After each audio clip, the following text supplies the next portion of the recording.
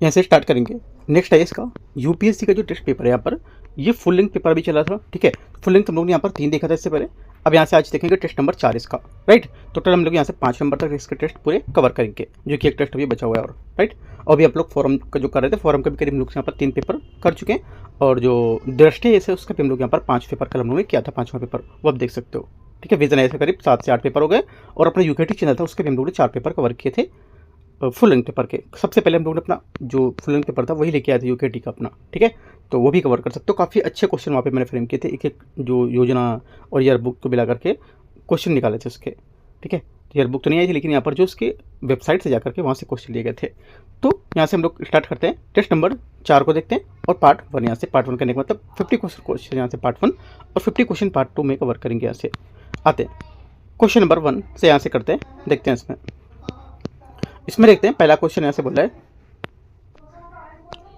यहाँ से पहला क्वेश्चन बोला है, भारत के संविधान के अनुच्छेद 356 के अंतर्गत राष्ट्रपति शासन लागू करने के संबंध में विचार करना है। राष्ट्रपति केवल राज्यपाल की उस रिपोर्ट के आधार पर राष्ट्रपति शासन लागू कर सकता है जिसमें कहा गया हो कि राज्य सरकार संविधान के अनुसार नहीं चलाई जा सकती है। पहला क्या होगा, पहली बात यहाँ से गलत है, क्योंकि देखो आर्टिकल जो 356 है, 356 है, इसके तहत राष्ट्रपति जो है राष्ट्रपति शासन की घोषणा कर सकता है यदि वे इस बात से संतुष्ट ना हो जाते कि ऐसी स्थिति उत्पन्न हो गई हो, तो जिससे कि राज्य का शासन संविधान के अनुरूप संचालित नहीं हो सकता है, ठीक है। हालांकि राष्ट्रपति या तो राज्य के राज्यपाल की रिपोर्ट के आधार पर या अन्यथा ऐसी घोषणा इसमें कर सकता है। पहली बात यहाँ से गलत होगी। सेकेंड, यदि कोई राज्य संघ द्वारा दिए गए जो संवैधानिक निर्देश है उसका पालन करने में विफल रहता है तो ये माना जा सकता है कि राज्य सरकार संविधान के अनुसार नहीं चलाई जा रही है। सेकेंड बात क्या होगी, सेकेंड बात करेक्ट है। 365 आर्टिकल है जो बताता है ये बात, ठीक है। अगला तीसरा, राष्ट्रपति घोषणा द्वारा राज्य विधानमंडल के कार्य अपने हाथ में ले सकते हैं। तीसरी बात यहाँ से गलत है, क्योंकि जब राष्ट्रपति शासन लगाया जाता है तो राष्ट्रपति राज्य के कार्यपालिका कार्यकारी जो है कार्य अर्थात राज्यपाल और मंत्रिपरिषद की शक्तियाँ वो अपने हाथ में ले सकता है। हालांकि राष्ट्रपति राज्य विधानमंडल जो होते हैं उसके कार्य अपने हाथ में नहीं ले सकता है। इसके बजाय राष्ट्रपति ये घोषित करते हैं कि राज्य की जो विधायिका होती है वह शक्तियों का प्रयोग और संसद द्वारा उसके जो प्राधिकार होते हैं उसके तहत किया जाएगा, है ना। तो तीसरी बात गलत है। 1 और 3 गलत है, सही पूछे केवल 2, बी आंसर होगा। क्वेश्चन नंबर 2 है, सर्वोच्च न्यायालय द्वारा जारी की जाने वाली रिट के संबंध में विचार करना है। बंदी प्रत्यक्षीकरण, उत्प्रेषण, अधिकार परीक्षा और प्रतिषेध 4 यहाँ पर है। इसमें बोला कि यहाँ पर ऐसी इसमें से कितनी जो रिट हैं जिन्हें कोई भी व्यक्ति आवश्यक नहीं, मतलब स्वयं पीड़ित पक्ष के लिए आवश्यक नहीं कि स्वयं पीड़ित पक्ष दायर कर सके, इसमें से कौन सी रिट होगी। देखो आंसर हो जाएगा तो पहला ऐसे करेक्ट है, बंदी प्रत्यक्षीकरण, ठीक है। बंदी प्रत्यक्षीकरण जो होता है ये उस व्यक्ति को रिहा करने के लिए जारी किया था जिसे अवैध रूप से निरुद्ध किया गया हो, ठीक है। क्योंकि यहाँ पर चूंकि निरुद्ध किया गया व्यक्ति यहाँ पर जो याचिका है वो दायर करने के लिए असमर्थ हो सकता है ना। तो इस वजह से क्या होगा, पहली बात यहाँ से करेक्ट हो जाएगी, गलत नहीं होगी, ठीक है। सेकेंड बात देखते हैं यहाँ से, सेकेंड बात है उत्प्रेषण जो होता है, उत्प्रेषण अधिकार परीक्षा, सॉरी उत्प्रेषण नहीं, अधिकार जो परीक्षा है ये क्या होगा, ये स्टेटमेंट जो होगा अधिकार परीक्षा वाला, ये क्या होता है, इसका अर्थ होता है कि किसी अधिकार का वारंट से या किसी व्यक्ति को अवैध रूप से सार्वजनिक जो रूप से पद के रूप में हासिल करने से रोकना, ठीक है। और इसका मौलिक उद्देश्य यह नहीं सुनिश्चित करता है कि केवल अपने विधिक रूप में यहाँ पर व्यक्ति की ही द्वारा धारण किया जाए, ठीक है। तो सेकंड में आपका ये वाला स्टेटमेंट करेक्ट हो जाएगा। 1 और 3 यहाँ से सही है, ठीक है। 2 बातें यहाँ से इसकी करेक्ट है। आंसर क्या होगा, आंसर जाएगा आपका यहाँ से अधिकार परीक्षा और बंदी प्रत्यक्षीकरण इसका करेक्ट आंसर होगा, ठीक है। तो बी यहाँ से करेक्ट आंसर, 2 बातें। क्वेश्चन नंबर 3 है, उत्तर पूर्वी परिषद के संबंध में विचार करना है, कौन सा गलत है। इसमें जो गलत हो जाएगा स्टेटमेंट तीसरे का ये हो जाएगा यहाँ से, ये सिक्किम उत्तर पूर्वी परिषद का सदस्य नहीं है, है ना। यहाँ से गलत, क्योंकि यहाँ पर पूर्वोत्तर परिषद में उत्तर पूर्वी क्षेत्र के सभी 8 राज्य शामिल है। ये अरुणाचल प्रदेश, असम, मणिपुर, मेघालय, मिजोरम, त्रिपुरा, नागालैंड, है ना, ये सब यहाँ पर इसमें इसका हिस्सा होंगे।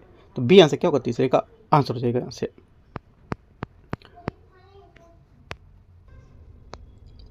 यहाँ से क्वेश्चन नंबर 4 है, इसमें बोला है भारत में राष्ट्रपति के निर्वाचन के संबंध में निम्नलिखित कथन पर विचार करना है। पहली बात है, संसद का कोई सदस्य राष्ट्रपति पद के लिए चुनाव लड़ने हेतु पात्र नहीं होता है। पहला क्या होगा, पहला स्टेटमेंट यहाँ से इसका ये गलत है, क्योंकि यहाँ पर संसद जो है राष्ट्रपति के लिए चुनाव लड़ने के लिए पात्र होता है, ठीक है। संसद का कोई सदस्य यहाँ पर होता है तो यहाँ पर क्या होता है, चुनाव लड़ने के लिए पात्र होगा। और यहाँ हालांकि क्या होता है कि उसमें आर्टिकल जो 59 है ना, 59 जो होता है इसके अनुसार यदि कोई यहाँ पर सांसद या विधायक जो होता है ये राष्ट्रपति के निर्वाचित राष्ट्रपति के लिए निर्वाचित होता है तो मान्यता है कि उसने राष्ट्रपति के पद के लिए यहाँ पर उस तिथि से उस सदन के लिए अपनी सीट खाली कर दी है।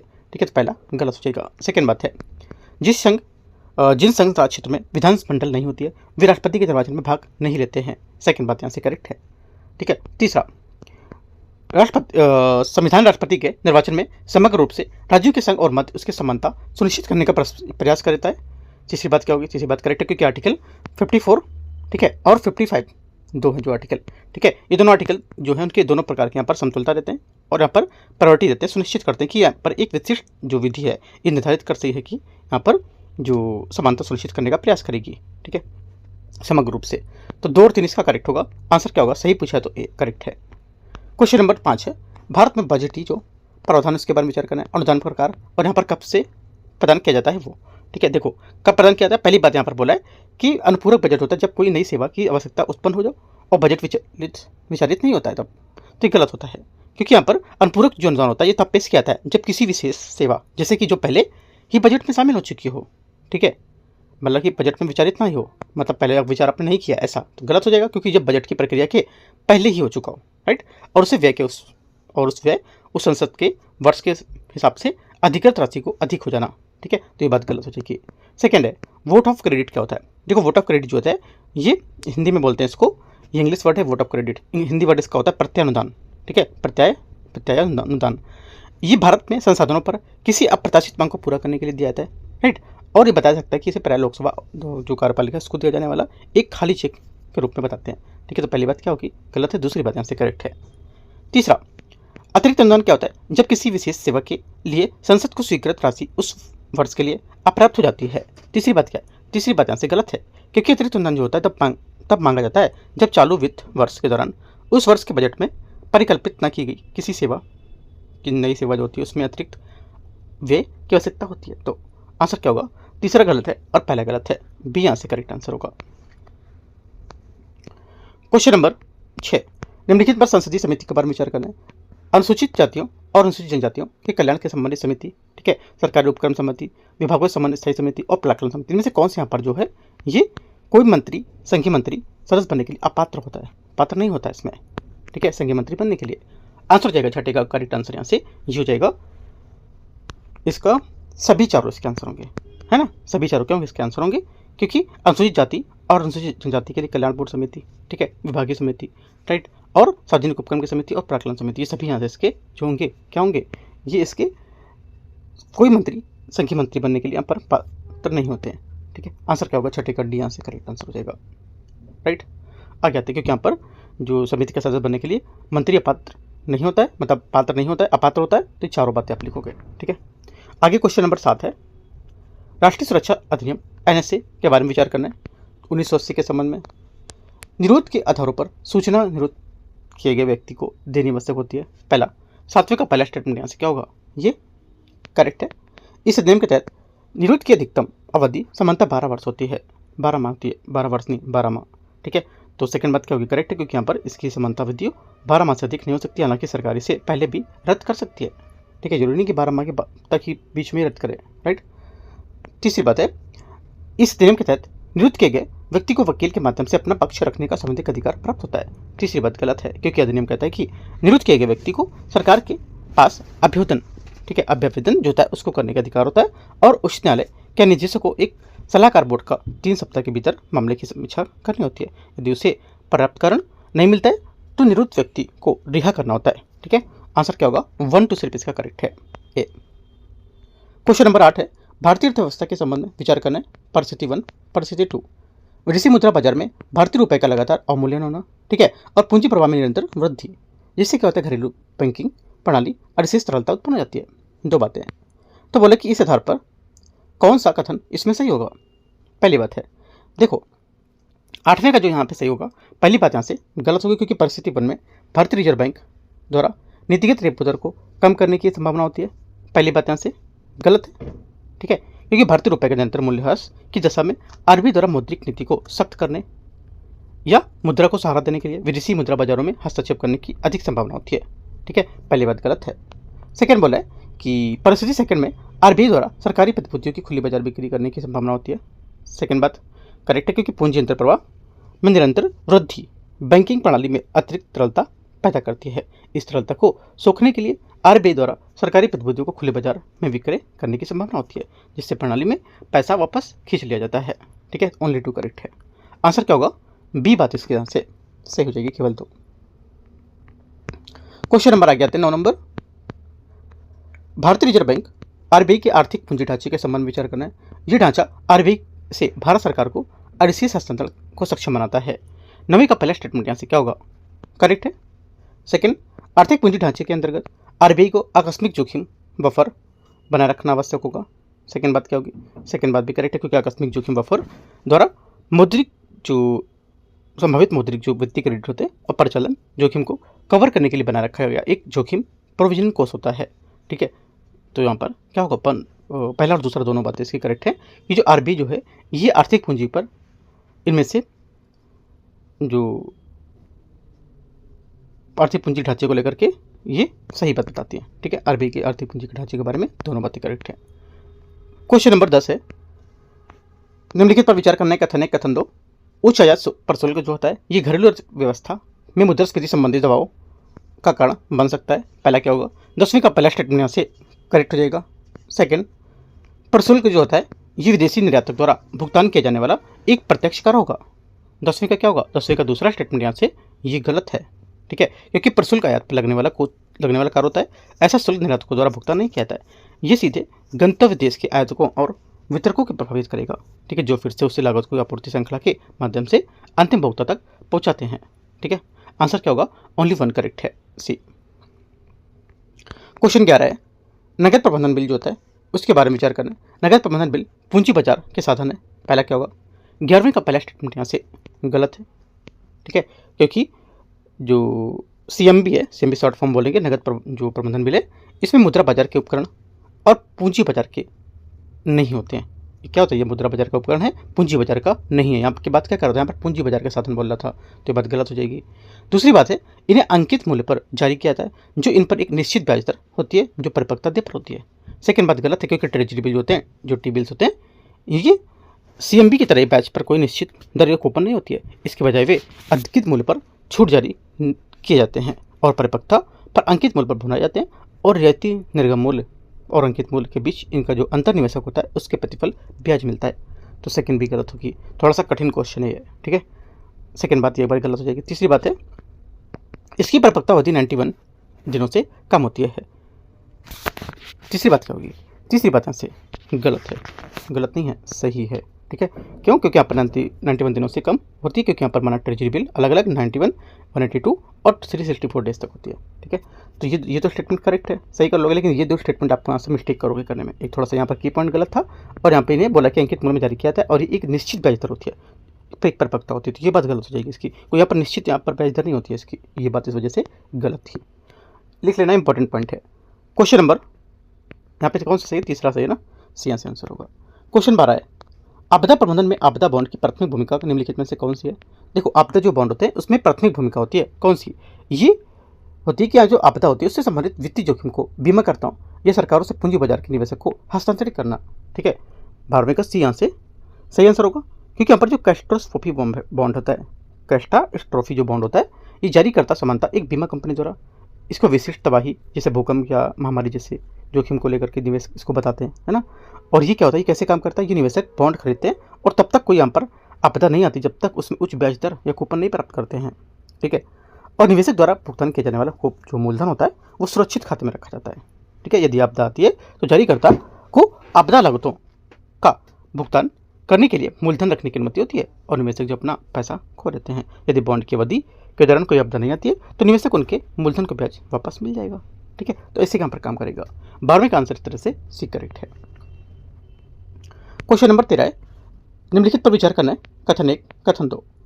भारतीय रुपए का अंतर्राष्ट्रीयकरण भारतीय व्यवसाय के लिए विनिमय दर जोखिम को कम करने की संभावना रखता है। पहला क्या होगा? 13 का पहला स्टेटमेंट यहाँ से इसका ये करेक्ट है। दूसरा बोला कि रुपए का अंतर्राष्ट्रीयकरण वैश्विक व्यापार और निवेश में उसकी स्वीकृति को बढ़ाने की संभावना रखता है। एकदम करेक्ट है, क्योंकि यहाँ पर रुपए का जो अंतर्राष्ट्रीयकरण होता है, ठीक है, ये क्या करता है? ये वैश्विक और जो निवेश होता है उसमें स्वीकृति को बढ़ाने की संभावना रखता है पूरी। दोनों बातें एकदम करेक्ट है, और यहाँ पे बहुत अच्छा क्वेश्चन है। ठीक है, आंसर क्या होगा? यहाँ से करेक्ट है। देखो इकोनॉमिक के जितने क्वेश्चन इन्होंने फ्रेम किए अभी तक यहाँ पर हम लोग कर चुके हैं, वो काफ़ी अच्छे अच्छे लेवल के क्वेश्चन है ना। क्वेश्चन भी अच्छा है और जो पूछने का तरीका है इनका वो भी बहुत अच्छा है। तो इकोनॉमिक का क्वेश्चन बहुत अच्छे लेवल से पूछा है इन्होंने, ठीक है। आगे 14 आते हैं, निम्नलिखित देशों पर विचार करना है। संयुक्त राज्य अमेरिका, यूरोपीय संघ, संयुक्त अरब अमीरात, यूनाइटेड किंगडम, रूस। 5 बातें है, ठीक है। और क्या बोला है कि भैया यहाँ पर, हाँ, उपयुक्त में से कितने देशों के साथ भारत का वर्तमान व्यापार अधिशेष होगा। भारत का वर्तमान जो अधिशेष है, एक तो देखो पहली बात यहाँ से क्या होगी, पहला बोला संयुक्त राज्य अमेरिका के साथ नहीं होगा, ये गलत है, ठीक है। संयुक्त राज्य अमेरिका के साथ होगा ब्रिटेन, यूरोपीय संघ और हाँ ठीक है, अमेरिका जो है भारत का सबसे बड़ा व्यापारिक साझेदार है और इसके व्यापार का अधिशेष के प्रयत्न से होता है। लेकिन पूछा क्या है, इसमें पूछा इसने 14 में कि भारत का व्यापार अधिशेष किसके साथ है ना। जो भारत का व्यापार अधिशेष है आपको हो जाएगा, देखो यहाँ से भारत का व्यापार अधिशेष हो जाएगा अमेरिका, ब्रिटेन और यूरोपीय संघ, है ना। ये होगा अमेरिका, ब्रिटेन आपका यूरोपियन यूनियन में जाएगा, यूके, और क्या हो जाएगा आपका अमेरिका, यूके, और आपका आ जाएगा यूरोपियन यूनियन, ये यहाँ पर 1, 2 और 4 इसका आंसर होगा। संयुक्त अरब अमीरात और रूस इसमें नहीं होगा, क्योंकि रूस, चीन, ये तो भारत के साथ क्या है, ये व्यापारिक घाटा होंगे। व्यापारिक घाटे की बात नहीं कर रहा था यहाँ पर, क्या बात कर रहा था, अधिशेष की बात कर रहा था। तो 1, 2 और 4 होंगे इसके। आंसर क्या होगा 14 का, 3 बात इसकी करेक्ट है, सी आंसर होगा, है ना। आगे 15 अर्धचंद्रमा, कौसी मून है और यहाँ पर लघु चंद्रमा, जो मिनी मून के संबंध विचार करना है। लघु चंद्रमा और अर्धचंद्रमा ऐसे यहाँ पर खगोलीय पिंड होते हैं जो पृथ्वी की परिक्रमा करते हैं। पहली बात क्या है, गलत है, क्योंकि यहाँ पर लघु चंद्रमा हमारे ग्रह की परिक्रमा करते हैं, लेकिन अर्धचंद्रमा जो होते हैं सूर्य की परिक्रमा करते हैं, पृथ्वी की नहीं। पहली बात यहाँ से गलत होगी। सेकेंड बात है, लघु चंद्रमा अर्धचंद्रमा की तुलना में अधिक लंबी अवधि तक पृथ्वी के निकट बंद रहते हैं। सेकेंड बात क्या है, सेकेंड बात यहाँ से गलत है भी, क्योंकि वहाँ पर लघु चंद्रमा पृथ्वी के चारों ओर केवल कुछ माह के लिए घूमते हैं, जबकि अर्धचंद्रमा सैकड़ों हजारों वर्षों तक अपनी लॉक स्टेप कक्षा बनाए रखते हैं। दोनों बातें गलत है। 15 का आंसर सी करेक्ट है। क्वेश्चन 16, 16 नंबर यहाँ से। क्वेश्चन 16 है, निम्नलिखित में से कौन सा अपने मुख्य कार्य के लिए लार्ज लैंग्वेज मॉडल का उपयोग करते हैं, है ना। कौन करता है, एक तो आंसर 16 का हो जाएगा, पहला चैट बॉक्स और यहाँ पर वर्चुअल असिस्टेंट हो जाएगा, ठीक है। उसके बाद आपका हो जाएगा जनरेटिव आर्टिफिशियल इंटेलिजेंस उपकरण। इमेज की पहचान प्रणालियाँ इसमें नहीं होंगी, क्यों, क्योंकि हालांकि ये एआई संचालित है, लेकिन ये तंत्र समानता एलएलएम के बजाय संवहन तंत्रिका नेटवर्क, ठीक है, जो कन्वेक्शनल जो न्यूरल होते हैं वो नेटवर्क होते हैं या विजन ट्रांसफर होते हैं, ठीक है। इसका उपयोग करके यहाँ पर इसकी मुख्य कार्यक्षमता कंप्यूटर विज्ञान से देख सकते हैं। पिक्सल में प्रतिरूप का आकार वस्तुओं की पहचान करना, न कि बड़े पैमाने पर भाषा की संसाधित जो कार्य को उत्पन्न करना। तो सेकंड गलत होगा, पहला करेक्ट है। तीसरा सही होगा, ठीक है। चौथा नॉन फंजिबल टोकन NFT, ये भी गलत है, क्योंकि NFT जो होती है ब्लॉकचेन तकनीकी का उपयोग करके प्राप्त किए जाने वाले सत्यापित डिजिटल संपत्ति स्वामित्व को प्रमाण पत्र होते हैं। हालांकि ये NFT से जुड़ी डिजिटल कला बनाने के लिए यही का उपयोग किया जा सकता है, ठीक है। तो ये बात गलत हो जाएगी। दूसरा भी गलत है। 1 और 3 करेक्ट है ना। 1 और 3 होगा तो आंसर क्या होगा, 16 का 1 करेक्ट है। 16 नंबर है, हो गया 17, 17। भारत में अग्नि मिसाइल श्रृंखला के बारे में विचार करना है। एकीकृत निर्देशित मिसाइल विकास कार्यक्रम IGMDP ने अग्नि श्रृंखला की सतह से सतह मार करने वाली मिसाइल को विकसित की है। पहली बात 17 का स्टेटमेंट यहाँ से करेक्ट है। सेकंड, अग्नि जो है अग्निट या अग्नि-2,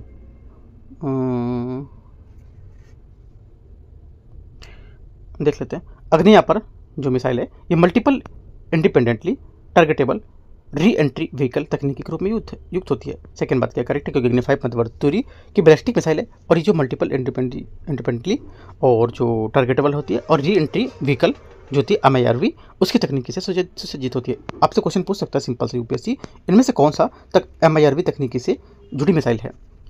इस तकनीक MIRV तकनीकी जो है इससे सुसज्जित कौन सी यहाँ पर मिसाइल है। अग्नि 5, अग्नि 6, अग्नि 7 ऐसे करके क्वेश्चन दे देगा, तो कठिन क्वेश्चन बन जाएगा अगर आप यहाँ से डीप में चीज़ें नहीं समझोगे तो, ठीक है। तो यहाँ से क्वेश्चन सीधे पॉइंट से बना देगा ये, तो याद रखना है। MIRV से कौन सी है एक बार आप गूगल करके देख सके, आप पॉइंट यहाँ पे लिख सकते हो अपने, ठीक है। जो भी एक्स्ट्रा पॉइंट है मैं बताता रहूँगा, आप लिखते रहना इसमें, ठीक है। तो पहला दूसरी बात यहाँ से क्या हो जाएगी, ये करेक्ट है। तीसरी बात है अग्नि प्राइम, अग्नि P नई पीढ़ी की परमाणु सक्षम क्रूज मिसाइल होगी। तीसरी बात यहाँ से गलत है कि अग्नि प्राइम जो एक बैलिस्टिक मिसाइल है और क्रूज नहीं होगी। ये 2 चरणों वाली कैनिस्टराइज्ड ठोस प्रणोदक प्रणाली पर आधारित होती है। ये गलत है, ये अग्नि होगी सिर्फ। ठीक है, तो 2 बातें करेक्ट है, 1 और 2। क्वेश्चन 18 है, क्वांटम की डिस्ट्रीब्यूशन के संबंध में विचार करना है। QKD का प्रमुख उद्देश्य क्वांटम सुपरपोजिशन का उपयोग करके डेटा का तेज संचरण सक्षम बनाना या सक्षम करना होगा। 18 का पहला स्टेटमेंट क्या होगा? 18वें का पहली बात यहाँ से ये क्या होगी? पहली बात यहाँ से गलत है, क्योंकि यहाँ पर जो क्वांटम कुंजी वितरण का प्राथमिक उद्देश्य जो होता है सुरक्षित संचार, न कि तेज डेटा स्थानांतरण का एन्क्रिप्शन और कुंजियों को सुरक्षित करने से उत्पन्न साझा करने के लिए क्वांटम यांत्रिकी सिद्धांत। तो पहला गलत हो जाएगा। सेकेंड बात है, फोटोन का उपयोग QKD प्रणाली के क्वांटम सूचना वाहक के रूप में समानता किया जाता है। ये बात करेक्ट है, ओनली 2 करेक्ट है, आंसर बी। क्वेश्चन 19 नंबर है, डिसीज एक्स जो अक्सर समाचारों में दिखाई देता है किससे संदर्भित है? आंसर हो जाएगा 19 का करेक्ट आंसर यहाँ से हो जाएगा, एक काल्पनिक बीमारी जिसे भविष्य में महामारी संभावित खतरे के रूप में पहचाना गया है। 19 का डी करेक्ट है। ठीक है, आगे आते क्वेश्चन नंबर 20 है। 20 बोला तपेदिक क्षय रोग जो होता है टीबी, उसके बारे में विचार करना है। टीबी एक संक्रामक रोग है जो विषाणु के कारण होता है। 20 का पहला स्टेटमेंट यहाँ से गलत है। ठीक है, क्योंकि यहाँ पर माइक्रोबैक्टीरियम ट्यूबरकुलोसिस नामक जीवाणु होती है, ये मुख्यतः फेफड़ों को प्रभावित करता है, लेकिन शरीर के अन्य भागों का भी जो प्रभावित कर सकता है। तो पहला क्या होगा? गलत हो जाएगा। सेकेंड बात है, टीबी उन्मूलन से तत्पर इस रोग की वैश्विक घटनाओं का स्थायी रूप से घटाकर शून्य करना होता है। सेकेंड बात गलत है, क्योंकि यहाँ पर किसी रोग के उन्मूलन का अर्थ जानबूझकर किए गए जो प्रयास है उसके माध्यम से उसे विशिष्ट संक्रामक रोग की घटना को विश्व भर के स्थायी शून्य रूप से कम करना होगा, ताकि भावी नियंत्रण और उपाय आवश्यकता से ही न रह जाए। ठीक है, सेकेंड गलत है। तीसरा, भारत का लक्ष्य 2030 तक के वैश्विक जो लक्ष्य है उसके वर्ष अपेक्षा 2025 तक टीबी को समाप्त करना था। तीसरी बात क्या होगी? तीसरी बात यहाँ से करेक्ट है। चौथा, मधुमेह भारत में टीबी उन्मूलन की एक बड़ी चुनौती होगी। चौथी बात भी करेक्ट है। तो 3 और 4 करेक्ट है, आंसर क्या होगा? बी सही है। क्वेश्चन नंबर 21 है 21, सौर वायुमंडल जो है उसकी परतों के संबंध में विचार करना है। फोटोस्फीयर सूर्य की जो दृश्यमान सतह होती है जहां से अधिकांश सूर्य प्रकाश उत्सर्जित होता है। 21 का पहला स्टेटमेंट क्या होगा? ये करेक्ट है। ठीक है, सेकेंड बात है, कोरोना समानता दिखाई नहीं देती है क्योंकि ये सौर वायुमंडल की सबसे भीतरी परत है ना। कोरोना वायरस की बात नहीं कर रहा है यहाँ पर, कोरोना जो सूर्य के यहाँ पर जो वायुमंडल की परत होती है उसकी बात में बात कर रहा है। ठीक है, तो सेकंड बात यहाँ से क्या होगी? करेक्ट है। तीसरा बोला है कि तीसरा इसमें नहीं है ना, पहला गलत सही है, दूसरा यहाँ से गलत होगा। क्यों? देखो, दूसरा इसलिए गलत है क्योंकि यहाँ पर कोरोना वास्तव में सौर वातावरण की सबसे बाहरी परत होती है, भीतरी परत नहीं है। यहाँ से इसका स्टेटमेंट गलत हो गया, तो ध्यान से पढ़ने की कहाँ क्या गलत कर रहा है स्टेटमेंट। ठीक है, ओनली 1 करेक्ट है। ये 22 नंबर है, डॉक्टर BR अम्बेडकर जो होते हैं उनके संबंध में विचार करना है। उन्होंने भारत के गवर्नर जनरल की कार्यकारी परिषद में श्रम सदस्य जो उसके रूप में काम किया था। 22वें का पहला स्टेटमेंट यहाँ से क्या होगा? ये करेक्ट है। सेकंड, उन्होंने लंदन में आयोजित तीनों यहाँ पर गोलमेज सम्मेलन में भाग लिया था। सेकंड बात भी करेक्ट है। तीसरा, उन्होंने जो दलित वर्गों है ना, दलित वर्ग होगा ना, दमित नहीं, उन्होंने दलित वर्गों के हितों की प्रतिनिधित्व करने के लिए यहाँ पर इंडिपेंडेंट लेबर पार्टी की स्थापना की थी। ये बात भी करेक्ट है। तीनों बातें सही हैं। 15 अगस्त 1936 को उन्होंने दलित वर्गों की जो हित है उसकी रक्षा के लिए यहाँ पर लेबर पार्टी, स्वतंत्र लेबर पार्टी की यहाँ पर स्थापना की थी। तीनों बातें यहाँ पर करेक्ट है। आंसर क्या होगा? आंसर हो जाएगा डी, करेक्ट आंसर है। क्वेश्चन नंबर 23 है, कथन 1, कथन 2, कथन 3। 15 अगस्त 1947 को स्वतंत्रता प्राप्त के बाद सिर्फ भारत 26 जनवरी 1950 तक एक डोमेन के रूप में काम करता रहा है। पहली बात यहाँ से करेक्ट। सेकंड, 15 अगस्त 1947 को से 26 जनवरी 1950 तक भारत सरकार ब्रिटिश संसद द्वारा पारित भारतीय स्वतंत्रता अधिनियम 1947 के प्रावधानों के अनुसार काम करती रही है। सेकंड बात क्या होगी? सेकंड गलत है, क्योंकि भारत सरकार ने 15 अगस्त 1947 से 26 जनवरी 1950 तक भारत शासन अधिनियम 1925 के प्रावधानों के तहत काम किया है और भारतीय संविधान ने देश के मौलिक जो शासी दस्तावेज है, ठीक है, उसके रूप में भारत शासन अधिनियम 1935 को प्रतिस्थापित कर दिया था और भारत अधिराज्य भारतीय गणराज्य बन गया था। ओनली 1 करेक्ट है। ठीक है, तीसरा बोला है, संविधान को लागू होने तक भारत सरकार औपचारिक रूप से ब्रिटिश क्राउन के अधीन बनी रही थी। तीसरी बात सही है। आंसर क्या होगा? 1 और 3 इसकी सही व्याख्या करता है। सही आंसर सी करेक्ट है, क्योंकि इसमें से कोई गलत है ना। 2, 3 की में से कोई एक सही है, क्योंकि यहाँ पर हमारा तीसरा स्टेटमेंट क्या था? करेक्ट था, दूसरा गलत था, इस वजह से सी होगा। 24 नंबर है 24, मेगास्टनीज की इंडिका के अनुसार मौर अर्थव्यवस्था मौर्य अर्थव्यवस्था और समाज के संबंध में विचार करना है। मौर्य साम्राज्य का में दास प्रथा विद्यमान थी। 24 का पहला स्टेटमेंट क्या होगा, यहाँ से गलत है, क्योंकि मेगास्थनीज ने कहा था कि भारत में कोई दास नहीं था, ठीक है, या कि मतलब कि जो भारतीय जो कभी जहाँ पे झूठ नहीं बोलते और चोरी दुर्लभ थी, या युद्ध में किसान कभी भाग नहीं लेते थे, या किसी जो पैसा उधार नहीं लेते थे। तो पहली बात क्या होगी, यहाँ से गलत हो जाएगी। सेकेंड बात है, व्यवसाय प्रकृति के वंशानुगत होते थे और विभिन्न समूहों के बीच अंतर विवाह की अनुमति नहीं थी। ये बात करेक्ट है, ठीक है, अनुमति नहीं देते थे। और ये दो विशेषताएं जाति व्यवस्था के संचालन को मिलकर महत्वपूर्ण बताते थे। तीसरी बात है, कृषक अपने उत्पादन का 1/4 भाग राजा को कर के रूप में लेते थे। तीसरी बात करेक्ट है। 3 और 4 सही है, आंसर सी नहीं, 3-4 कहाँ है, 2 लिखा है ना, 2-3 लिखा है, 2-3 से होगा। आगे आते हैं क्वेश्चन 25। सिरपुर पुरातत्व स्थल जो होता है, सिरपुर जो पुरातत्विक स्थल है ना, इसके बारे में तो ये कहाँ पर है, पहले तो ये पता होना चाहिए कहाँ पर है ये। देखो ये छत्तीसगढ़ का है ना। तो आगे आते हैं, ये बोला है कि ये नर्मदा नदी के तट पर स्थित है। अगर छत्तीसगढ़ आपको पता है तो आपको पता होगा कि नर्मदा नदी यहाँ पर है या नहीं, है ना, तो यहाँ से आप क्वेश्चन कर पाओगे। अगर सिरपुर के तौर पर आप माइंड लगा रहे हो कहाँ पर है, शायद हड़प्पा स्थल का होगा शायद, है ना, ऐसा सोचोगे तो हड़प्पा स्थल का है तो आपका पाकिस्तान अफगानिस्तान के एरिया में हो गया, राइट, या फिर इधर हमारा वेस्ट वाले पार्ट पे हो गया, है ना, तो क्या होगा, गलत हो जाएगी बात। तो इस वजह से आपको ये पता होना चाहिए कहाँ की बात कर रहा है। सिरपुर आपको बात कर रहा है छत्तीसगढ़ के महासुंद जिला है वहाँ की। ये महानदी तट पर स्थित है, नर्मदा में नहीं होगा, क्योंकि नर्मदा में आपको कोई मतलब नहीं है इसका। अगर आपको पता होता कि छत्तीसगढ़ है ये, तो आप यहाँ से इसको गलत मार दोगे, ठीक है, बहुत लोग इसको सही मारेंगे। पहला गलत है। सेकेंड बात, ये ये दक्षिण कौशल की राजधानी थी।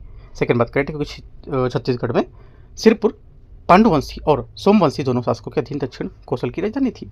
तीसरी बात है, 7वीं शताब्दी में निर्मित सिरपुर का लक्ष्मण मंदिर भगवान विष्णु को समर्पित है। तीसरी बात करेक्ट है। 2 और 3 सही है, 25वें का आंसर सी। क्वेश्चन 26 नंबर है 26 बोला है कि निम्नलिखित में से किस व्यक्तित्व ने 1905 में भारत माता की प्रसिद्ध पेंटिंग बनाई थी। 26 का आंसर हो जाएगा यहाँ से, ये बनाई थी अविनाश टैगोर, इसका आंसर होगा डी नंबर, ठीक है। क्वेश्चन नंबर 27 है, शंकराचार्य और रामानुजाचार्य के दार्शनिक मतों के संबंध में विचार करना है। पहली बात है, शंकराचार्य अद्वैत और वेदांत के पक्षधर थे, जबकि यहाँ पर रामानुजाचार्य अद्वैत और वेदांत का प्रतिपादन किया था। पहली बात क्या होगी, पहली बात है स्टेटमेंट यहाँ से इसका ये गलत है, क्योंकि शंकराचार्य ने अद्वैत वेदांत का प्रतिपादन किया था। इसका अर्थ है कि व्यक्तिगत आत्मा और ब्रह्मा एक क्या है, एक ही होता है। और जो रामानुजाचार्य उसने विशिष्ट अद्वैत वेदांत का प्रतिपादन किया था, जहाँ आत्मा अलग है, ठीक है। पहली बात क्या होगी, पहली बात गलत हो जाएगी। सेकंड, शंकराचार्य के अनुसार जो होता है कि परम सत्य निर्गुण होता है। सेकंड क्या है, सेकंड बात करेक्ट है, और इसका अर्थ होता है परम वास्तविकता निराकार के रूप में रामानुजाचार्य के में विश्वास करना। तीसरी बात है, शंकराचार्य ने मुक्ति के साधन में के रूप में भक्ति पर बल दिया, जबकि रामानुजाचार्य ने ज्ञान पर बल दिया था। तीसरी बात क्या होगी, गलत है, क्योंकि शंकराचार्य ने ज्ञान मार्ग को मुक्ति का प्राथमिक साधन बताया था, ठीक है, और उनका मानना था कि स्वयं विश्वास था कि ज्ञान के माध्यम से आत्मा और ब्रह्म की पहचान, एहसास, आज्ञा, पर्दे को हटा देना। रामानुजाचार्य भक्ति आंदोलन की एक प्रमुख व्यक्ति थे, ठीक है, तो क्या होगा, तीसरी बात गलत है, सिर्फ दूसरी बात यहाँ से सही होगी इसकी। क्वेश्चन 28 से 28, पंजाब में हाल ही में घोषित यहाँ पर जो पवित्र शहर है उसके बारे में विचार करना है।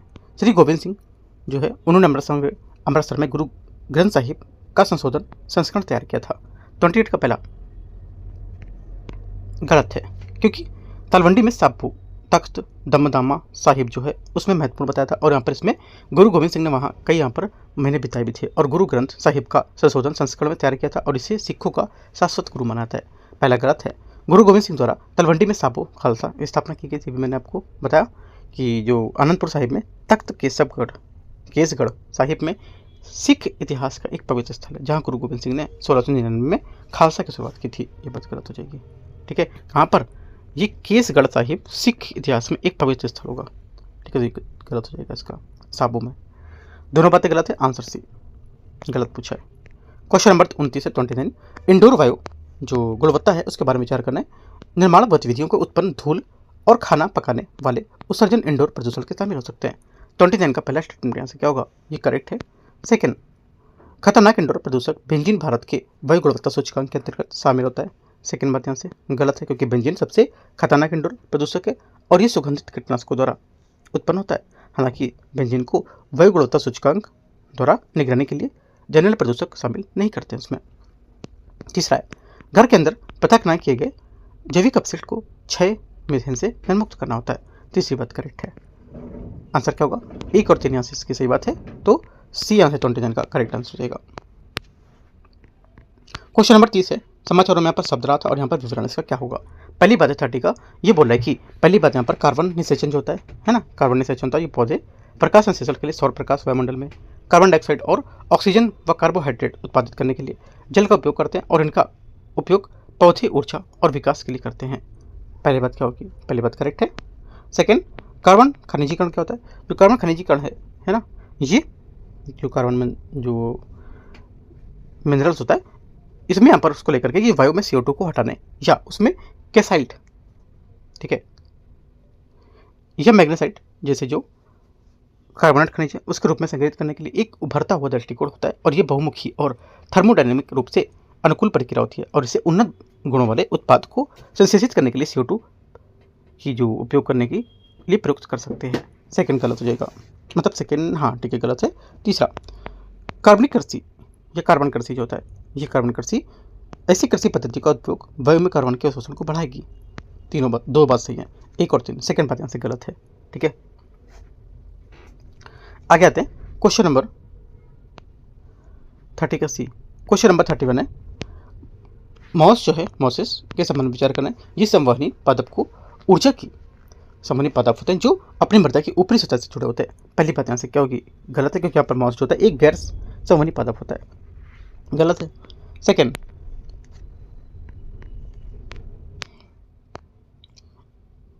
पहला गलत था। सेकेंड, मॉस के बीजाणु बाह्य अंतरिक्ष की चरम स्थितियों में वर्षों तक जीवित रह सकते हैं। सेकेंड बात क्या होगी? सेकेंड भी करेक्ट है। तीसरा, मरुस्थलीय मॉस में नमी अवशोषक कोशिकाएं और रोएदार पत्ती श्री होती हैं।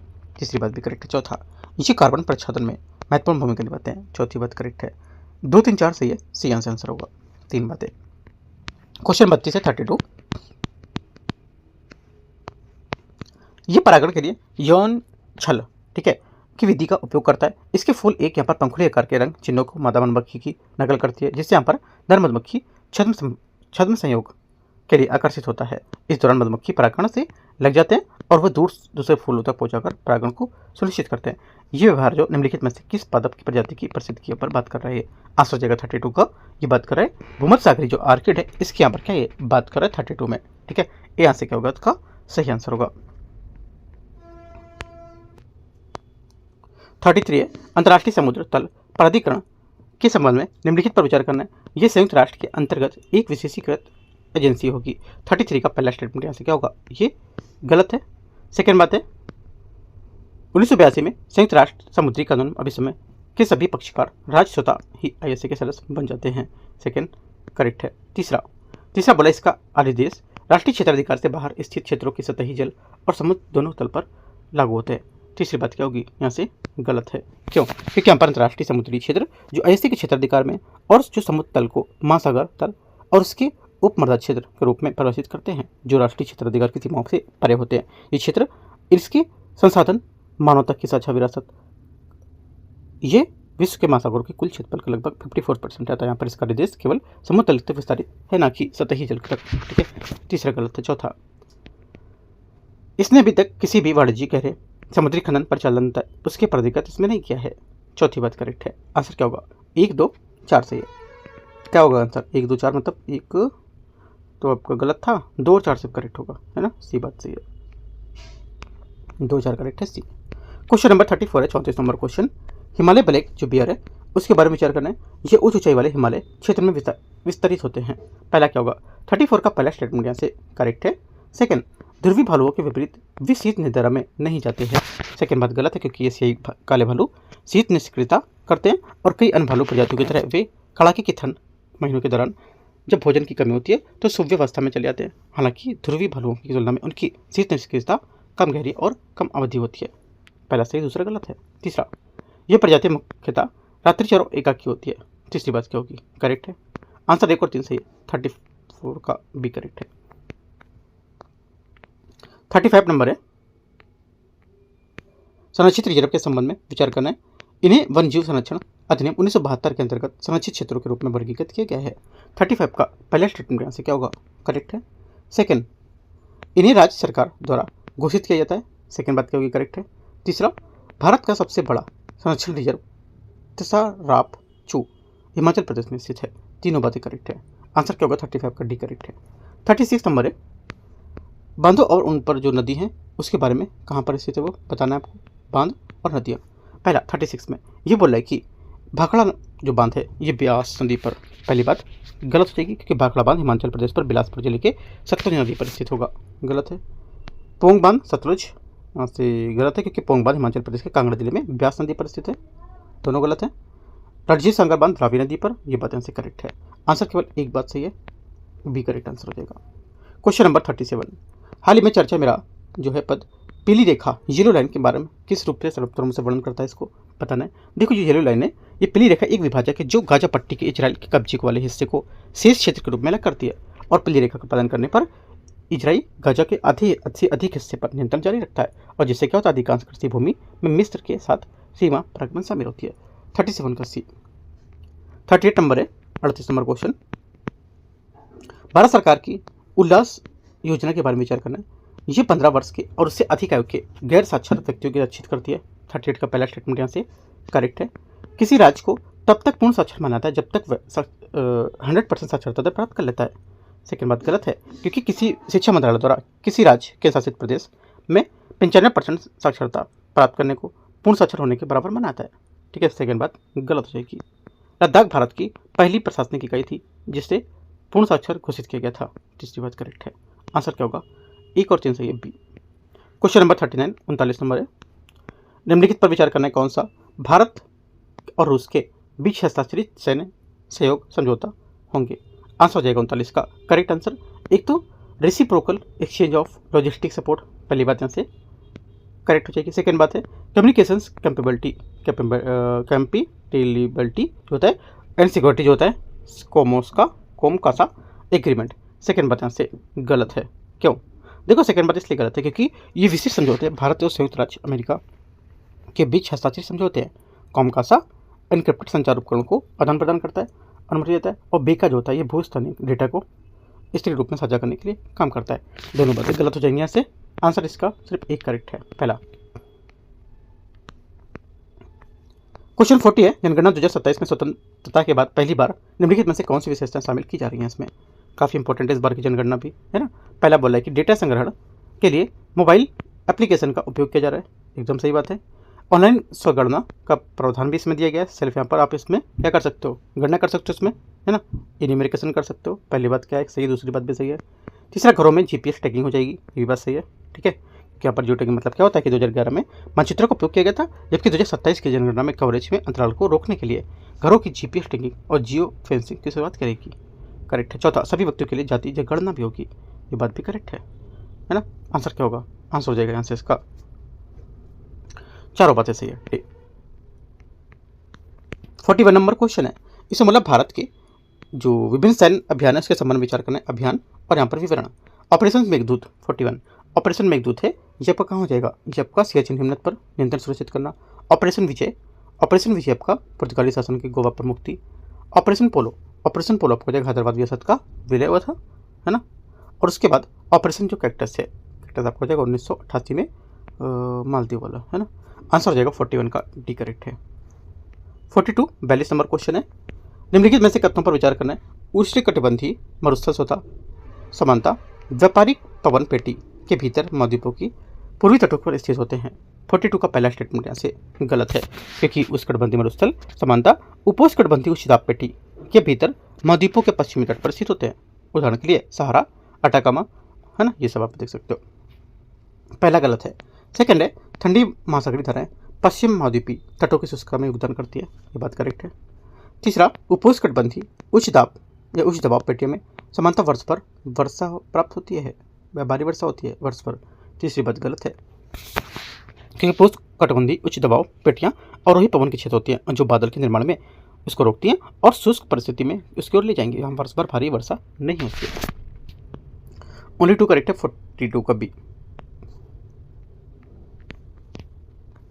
43 नंबर क्वेश्चन है, कृषि की निम्नलिखित पद्धति पर विचार करना है। मल्चिंग, समुच्च रेखाएं, रोधिकाएं और अनुवर्ती रिले। ठीक है, इनमें से कौन सी पद्धति जो होती है कृषि क्षेत्र में नमी संरक्षण में योगदान दे सकती हैं। आंसर हो जाएगा 43 का करेक्ट आंसर यहाँ से। एक तो पहला स्टेटमेंट मल्चिंग करेक्ट होगा, ठीक है। उसके बाद यहाँ से आपका समोच्च रेखा भी सही है। तीसरे यहाँ पर अनुवर्ती जो है रिले सेशन, ये भी बात करेक्ट है। तीनों बातें करेक्ट हैं, क्योंकि यहाँ पर जो मल्चिंग होती है ये जो मृदा की सतह को पुआल पत्तियों या प्लास्टिक है उसकी अवशेषों को ढकना और वाष्पीकरण को कम करती है, ठीक है। दूसरा समोच्च जो रेखाएं होती है ये क्या होती है, ये सतही अववाह को कम करती है। इससे क्या होता है, अंतःस्पंदन बढ़ता है, ठीक है। और अनुवर्ती जो रिले है सेशन, ये क्या होता है, ये अनुवर्ती जो संरचना है ये निरंतर मृदा आवरण बनाए रखती है और ये मृदा के सीधे तौर पर प्रकाश की जो वायु है उसके संपर्क में आने पर कम करती है, ठीक है। तो तीनों करेक्ट है सी। 44 नंबर क्वेश्चन है, इसमें बोला कि निम्नलिखित देशों पर विचार करना है, तुर्की, ईरान, इराक, सीरिया, जॉर्डन। इनमें से कितने देश इजराइल की सीमा के साथ स्थलीय सीमा साझा करते हैं। आंसर हो जाएगा 44 का करेक्ट आंसर, स्थलीय सीमा साझा करते हैं सिर्फ दो। कौन कौन सा, 4 और 5, ठीक है। मतलब सीरिया और जॉर्डन, ठीक है। 1, 2, 3 यहाँ पर जो गलत है, क्योंकि इजराइल, तुर्की, ईरान ये और इराक इसके साथ भूमि सीमा साझा नहीं करते हैं, तो गलत हो जाएगा ये। क्वेश्चन 45 है 45। सूची को सूची 2 मैच करना नदी और यहाँ पर सहायक नदी इसकी कौन सी है। ये पहला बोला 45 में कि गोदावरी, गोदावरी की आपको हो जाएगी पेनगंगा। महानदी की आपको हो जाएगी यहाँ पर शिवनाथ, ठीक है। दामोदर की आपको हो जाएगी क्या, बराक नदी, बराकर नदी। या आप कावेरी को हो जाएगी क्या, भवानी। करेक्ट आंसर 45 का सी। 46 है कथन 1 कथन 2। निचले बादलों का समानता पृथ्वी की सतह पर शुद्ध शीतलन प्रभाव होता है। पहला 46 का पहला करेक्ट, क्योंकि निचले जो बादल होते हैं, मेघ होते हैं, ये क्या होता है, समानता एक शुद्ध शीतलन प्रभाव उत्पन्न करते हैं, क्योंकि वे अपने द्वारा अवरुद्ध की जाने वाली ऊष्मा की तुलना में अपने सौर विकिरण को अधिक मात्रा प्रवर्तित कर देते हैं। पहली बात करेक्ट है। सेकंड, निचले बादलों में एल्बिडो क्या होता है, उच्च होता है और आने वाली लघु तरंग सौर विकिरण के एक महत्वपूर्ण हिस्से को प्रवर्तित करती है। सेकंड करेक्ट है, ठीक है। आंसर क्या होगा, दोनों करेक्ट है, इसकी व्याख्या भी कर रहे हैं। 47 नंबर है भू परपट्टी अर्थ यहाँ पर क्रस्ट, उसके बारे में विचार करें। महासागरीय परपट्टी जो होती है उसमें समानता महाद्वीपीय परपट्टी क्रस्ट की तुलना में अधिक मोटी होती है। पहला 47 का पहला स्टेटमेंट यहाँ से गलत है, क्योंकि महासागरीय परपट्टी 5 से 10 किलोमीटर की मोटाई होती है, ठीक है। और महाद्वीपीय परपट्टी में 30 से 70 किलोमीटर मोटी होती है, ठीक है। तो क्या होगा, इसकी तुलना में कम मोटी हो गई, ये गलत हो जाएगा। भू परपट्टी का घनत्व समानता गहराई के साथ बढ़ता है। सेकेंड बात करेक्ट है। तीसरा, महाद्वीपीय परपट्टी मुख्यतः बेसाल्ट जैसी क्रमिक मैफिक सेलों से बनी होती है। तीसरी बात गलत है, क्योंकि महाद्वीपीय परपट्टी मुख्यतः फेल्सिक सेलों, सिलिका समृद्ध सेल होती हैं, उससे बनी होती है, जबकि यहाँ पर मैफिक सेलें ये मैग्नीशियम और लोहा समृद्ध उससे यहाँ पर अधिक होती है। उसके यहाँ पर क्या होती है, परपट्टी में अधिक बनी आएगी। तो जो ये सेलें होती हैं इसमें लोहा मैग्नीशियम समृद्ध सेलें जो होती है, जैसे बेसाल्ट, इसकी जो महाद्वीपीय और महासागरीय जो परपट्टी है उसमें अधिकतम मात्रा जाती है। तो सिर्फ दूसरा करेक्ट है 47 का।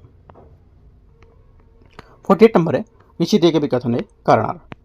समान अक्षांश पर स्थित महाद्वीपीय यहाँ पर जो आंतरिक भाग है उसमें वार्षिक तापांतर तटीय क्षेत्रों की तुलना में समानता अधिक होता है। पहला क्या होगा, 48 का पहला स्टेटमेंट यहाँ से करेक्ट है। सेकंड बोला है कि जल की जो विशिष्ट ऊष्मा है उसमें स्थल की तुलना में अधिक यहाँ पर होती है, क्योंकि यहाँ पर धीरे धीरे गर्म ठंडा होती रहती है। ये भी बात करेक्ट है और इसकी व्याख्या भी कर रहा है। दोनों बातें एकदम सही है पृथ्वी के अक्षांश के बारे में। क्वेश्चन 49 है भारत में अंतरराज्यीय नदी जल विवाद के संबंध में विचार करना है। अंतरराज्यीय नदी जल विवाद न्यायाधिकरण एक संवैधानिक निकाय होगा। 49 का पहला स्टेटमेंट यहाँ से गलत है, क्योंकि अंतरराज्यीय जल विवाद जो अधिकरण है ये एक सांविधिक निकाय है। क्या है, स्टेचुरी बॉडी, संवैधानिक निकाय नहीं होगा, गलत हो जाएगा। सेकेंड बात है, पहला सही है, गलत है। दूसरा देखते हैं, बोला कि अंतरराज्यीय जो नदी है जल विवाद अधिनियम 1956 के अधिनियम के तहत जिन विवादों को अंतरराज्यीय जल विवाद में न्यायाधिकरण संदर्भित किया जाता है उन पर सर्वोच्च न्यायालय अधिकार क्षेत्र का प्रयोग नहीं करेगा। सेकंड करेक्ट है। तीसरा, न्यायाधिकरण का निर्णय विवाद के पक्षकारों का अंतिम बाध्यकारी होता है। तीसरी बात यहाँ से क्या होगी, ये तीसरा भी सही होगा, क्योंकि यहाँ पर अधिनियम के अनुसार अधिकरण का निर्णय केंद्र सरकार द्वारा आधिकारिक राजपत्र में प्रकाशित होने वाले उच्चतम न्यायालय के आदेश या डिग्री के समान शक्ति रखता है और इसमें शामिल पक्षों के लिए अंतिम और बाध्यकारी होता है। दूसरा और तीसरा करेक्ट है। आंसर क्या होगा, सी करेक्ट है। क्वेश्चन 50 नंबर है 50 नंबर, निम्नलिखित में से कौन सा या कौन से संवैधानिक पदाधिकारी अपनी अवधि समाप्त होने के बाद भी जब तक उनका उत्तराधिकार पद पर ग्रहण नहीं करता है तब तो के पद पर बने रह सकते हैं। कौन होगा? देखो, एक तो हो जाएगा यहाँ से पहला भारत का राष्ट्रपति, ठीक है। सेकेंड आपका हो जाएगा भारत का उपराष्ट्रपति, तीसरा आपका हो जाएगा राज्य के राज्यपाल। तीनों बातें करेक्ट हैं। 50 का आंसर डी। 51 है, इसने बोला कि भारत के संविधान के प्रावधानों के संबंध में विचार करना है। कोई राज्य सरकार अपने कुछ जो विधायी कार्य है उसको संघ सरकार को सौंप सकती है, लेकिन अपने कार्यकारी को नहीं। पहला क्या होगा? 51 का पहला स्टेटमेंट यहाँ से गलत है, क्योंकि संविधान का आर्टिकल 258 जो ए होता है, ये कहता है कि किसी राज्य का राज्यपाल भारत सरकार की सहमति से उस सरकार या उसके अधिकारियों को ऐसे किसी भी मामले में संबंधित कार्य सशर्त बिना शर्त के सौंपा जा सकता है जिस पर राज्य की कार्यकारी शक्ति का विस्तार हो। पहला गलत है। सेकेंड, संसद किसी राज्य की सहमति के बिना भी यहाँ पर संघ की कार्यपालिका कार्यकारी शक्तियां उस पर राज्य को सौंप सकती है। सेकेंड सही है। तीसरा, यदि कोई विषय 7वीं अनुसूची में उल्लिखित नहीं है तो उस पर संसद और राज्य विधानमंडल कानून बना सकते हैं दोनों। ये बात क्या होगी? जिससे लिखा था, क्योंकि केवल संसद ही उस विशिष्ट विषयों पर कानून बना सकती है जो तीनों सूची संघ, राज्य और समवर्ती में सूचीबद्ध नहीं है। ओनली 2 करेक्ट है। आंसर यहाँ से बी सही होगा। तो इस टाइप से यहाँ पर हम लोग ने 51 क्वेश्चन कर लिए, है ना। कल हम लोग स्टार्ट करेंगे 52 से 100 क्वेश्चन तक यहाँ से इसको कवर करेंगे। तो यहाँ से जो टेस्ट यहाँ पर इसका ये भी आपका फुल लेंथ यहाँ पूरा हो जाएगा, ठीक है। और जो भी यहाँ पर देखो टॉपिक आए वो टॉपिक आपको जाकर अच्छे से कवर करने, एक बार इन टॉपिकों को अच्छे से कवर कर लो तो क्या होगा कि यहाँ पर जो 50 क्वेश्चन के जो टॉपिक आ रहे हैं वो टॉपिक आपको बहुत अच्छे से क्वेश्चन रेडी हो जाएंगे, ठीक है। और यूपीएससी अगर क्वेश्चन पूछेगा इसी टॉपिक से तो आपके क्वेश्चन बन जाएंगे वहाँ से। अगर क्वेश्चन के भरोसे रहोगे तो क्वेश्चन आप नहीं कर पाओगे। यहाँ पे देखो क्वेश्चन करने के 2 फायदे हैं। एक फायदा कि आप यहाँ से इस क्वेश्चन को कर ले रहे हो, है ना, समझ पा रहे हो कि यहाँ पर क्या क्या चीज़ें चल रही हैं। दूसरी बात, आप जाकर इनको डीप पढ़ोगे तो वो चीज़ आपके माइंड में और सेट हो जाएंगी और भी चीज़ें एक्स्ट्रा यहाँ पर आ जाएंगी जो यूपीएससी पूछ सकता है। तो ये होता है क्वेश्चन पेपर सॉल्व करने का तरीका, ठीक है। बाकी आप पे लास्ट टाइम पे आपको मैराथन में फिर से 2-3 दिन से कंटिन्यू बोल रहा हूँ कि मैराथन या बीच क्लासेस जो होती है 4 घंटे 8 घंटे वो सब नहीं करनी है, क्योंकि वहाँ से आपको क्वेश्चन देखने को नहीं मिलेंगे। मिल भी जाएंगे अगर तो टॉपिक एकदम चेंज हो जाएगा, वहाँ से आप क्वेश्चन गलत करके आ जाओगे। तो इससे अच्छा कि जो यहाँ पर करते जा रहे हो उन क्वेश्चन को करो और टॉपिक को डीप जाके करते रहो, सब आपका अच्छा से हो जाएगा, ठीक है। वहाँ पे आप जहाँ 10 क्वेश्चन सॉल्व करोगे, यहाँ पर क्या करोगे कि एक क्वेश्चन सॉल्व करने के बाद आपके 3 से 4 टॉपिक मतलब आप करोगे तो 10-12 क्वेश्चन आपके बन जाएंगे, ठीक है। और चीज़ें आपके अच्छे समझ भी हो जाएगी। तो बाकी कुछ पूछना रहेगा पूछ सकते हो टेलीग्राम पे और नीचे कमेंट करके भी, ठीक है। टेलीग्राम पे जुड़ जाना है, यहाँ पर कुछ जो टॉपिक हैं टारगेट के वो मैं शेयर करता रहता हूँ, ठीक है। तो आपको मिल जाएंगे, वो भी इंपॉर्टेंट यहाँ पर टॉपिक होते हैं जो लास्ट टाइम पे लिस्ट हम लोग कर रहे हैं वो, ठीक है। अभी यहाँ पर इन्वायरमेंट का और साइंस टेक्नोलॉजी का मैं आजकल में जो 100 टॉपिक है वो मैं आपको शेयर कर दूँगा, ठीक है। एंड करते हैं इसको। All the best, thank you.